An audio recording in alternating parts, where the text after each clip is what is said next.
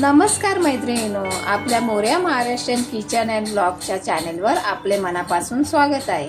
आज मी तुमच्यासाठी घेऊन आली आहे एक अशी पारंपरिक चविष्ट आणि आरोग्यदायी रेसिपी जी आपल्या महाराष्ट्रातील अनेक घरामध्ये आवडीने बनवली जाते। आज आपण बनवणार आहोत जवसाची चटणी। जवस म्हणजे फ्लॅक्स सीड्स।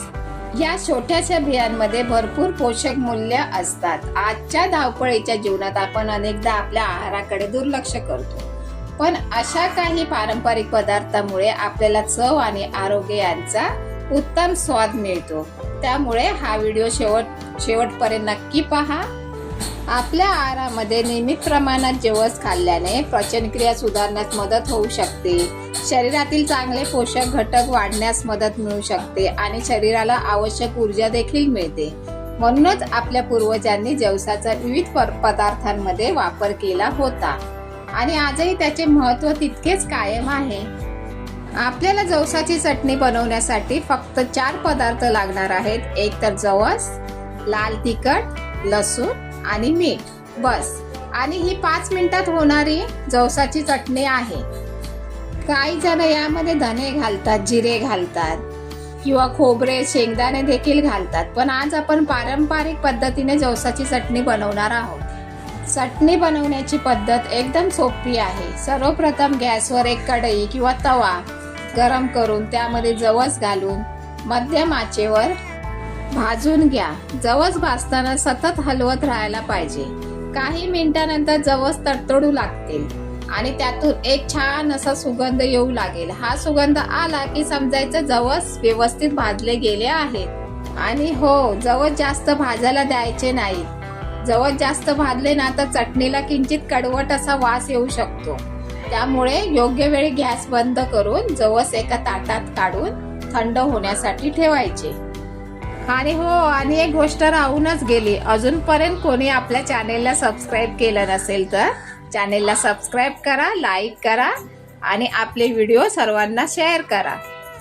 भाजलेले जवस थंड झाल्यावर आपल्या मिक्सरच्या भांड्यामध्ये जवस, 10 पाकळ्या लसणाच्या, लाल तिखट किंवा तुम्ही सुक्या लाल मिरच्या सुद्धा टाकू शकता भाजून, आणि चवीनुसार मीठ घालून हे सर्व मिश्रण जाडसर वाटून घ्या। अनेक जण चटणी अगदी बारीक करतात, पण जाडसर वाटल्यास जवसाची चटणीची खरी चव अधिक चांगली लागते।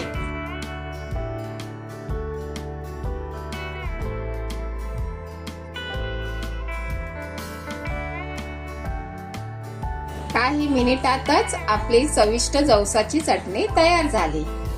बघा मैत्रिणींनो, किती सुंदर रंग आणि सुगंध या चटणीला आला आहे।